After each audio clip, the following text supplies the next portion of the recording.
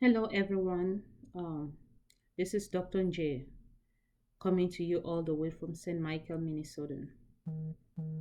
Today, well, hope you all had a wonderful day yesterday. Maybe you had a nice sleep and you're about up and about doing your activities for today. Today's topic, I want us to talk about the risk factors of type 2 diabetes. When we talk about risk factor, what does that mean? Risk factors are, in another word or in a layman's term, will be some of the things that we are doing or we are not doing that can make us be prone to having type 2 diabetes. And this include being inactive. Being inactive, in another word, means not exercising. If you're guilty, let me see your hand up. Just kidding. Well, not to say that I am perfect, no. Being active is very, very important in our life. Some of us think when we get up in the morning, we go to work, we're busy at work all day, then we're being active. I'm not sure that's what being active means. Being active, it has to be purposeful.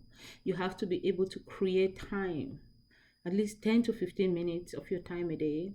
Go out for a walk, get some fresh air in your brain. You can even dance at home. We all like to dance. Our cultural musics are really, really good. You get a lot of aerobics when you dance to some of our music. Makosa, you have Nigerians, all this wonderful music that we listen to every day. Just get up and dance. Dance to two music. By the end of the second music, you feel your body. You feel your heart rate.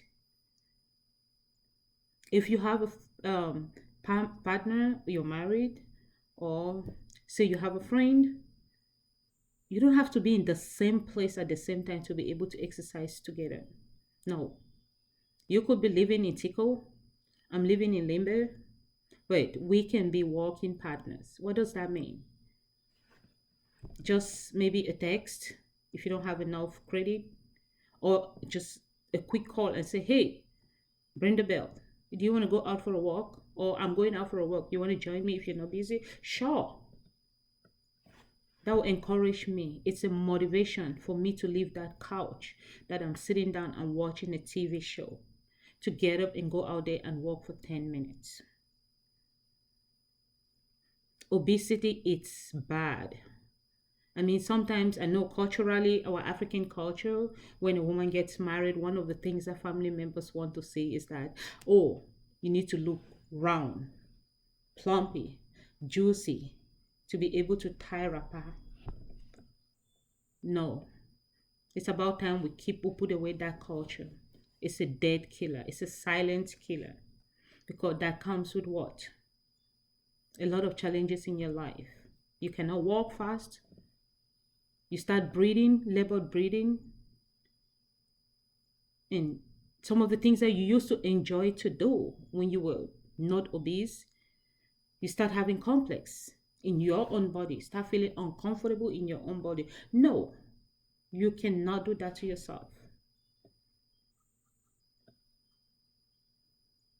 Our eating habit,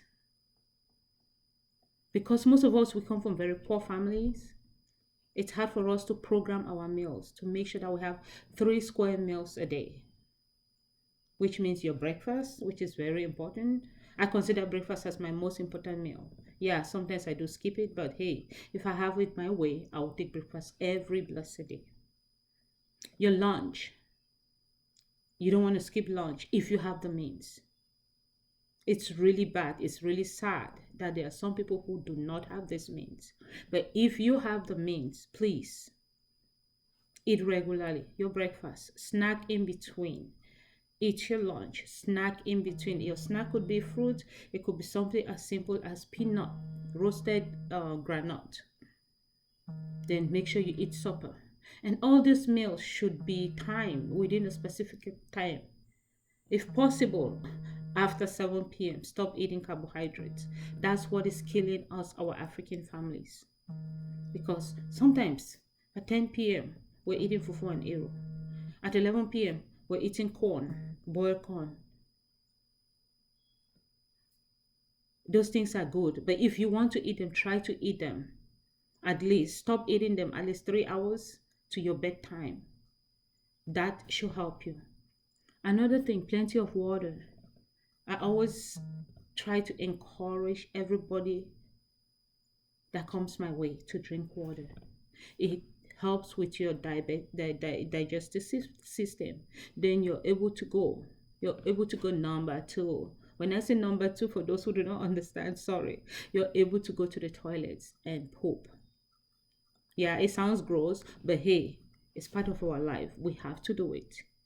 Anytime your elementary system or your digestive system doesn't work right, then something is wrong. But something as simple as drinking a lot of water can help you. I'm not saying that you should not take your medications.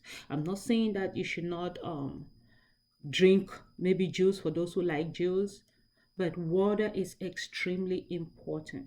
It's an important element in our life. Another thing that exposes us, especially our African families, to be at risk of type 2 diabetes is the lack of the knowledge. Yes, truly, we grew up in families where maybe some of our aunts, some of our uncles had diabetes. Did we know about it? No. Did we know what they were talking about? No. Sometimes I remember when I was young, I had one of my grand uncle who had diabetes. And every time he comes visit, the only thing that I knew that this uncle was sick was that whenever he's around, when they're cooking, they'll say, "Hey, make sure you take his own out. Don't put too much salt. He doesn't eat salt." Yeah, that's all I knew. But did I know what diabetes was? No, until he passed away. And several years over time, then I found out that, hey, my uncle had diabetes. Parents, let's talk with our children. Let's put away that culture that has really restricted us from having open dialogue with our children. No matter how young a child is, if you're diabetic and you're having difficulties breathing, you're sweating, you cannot even think right. You cannot even remember to go to the refrigerator and get juice to drink. You cannot even remember you need to check your blood sugar because when you're in that diabetes crisis, you don't think. You don't think. You're just weak. You slur, you don't talk, you cannot even speak right. Your mouth becomes really, really dry. Guess what? If your 10-year-old daughter or son, nephew, niece is sitting next to you or around you and know that you have diabetes, they can save your life. They can definitely save your life because you have educated your children to know exactly what to do. Well, in America, we'll say if it's really, really bad, you think it's an emergency, call 911. Most often, diabetic crisis might not lead to an emergency if timely intervention is taken. In a nutshell, what am I talking about? There's some of the things that we do, some of our habits that we've grown up to be doing, which is exposing us to diabetes. A lot of ignorance. But I believe now is the time that we should try and spread the knowledge. Knowledge shared is knowledge learned. Let's help one another. And I hope you all have a wonderful day. Don't forget to share this video. Share as wide as you can. You never know whose life you're saving when you share. Don't forget to talk with your family members if you are one of those, or if you have a friend you know is going through this challenges, this disease. Help them. Your help can go a long way to save a life. Thank you. Have a nice day.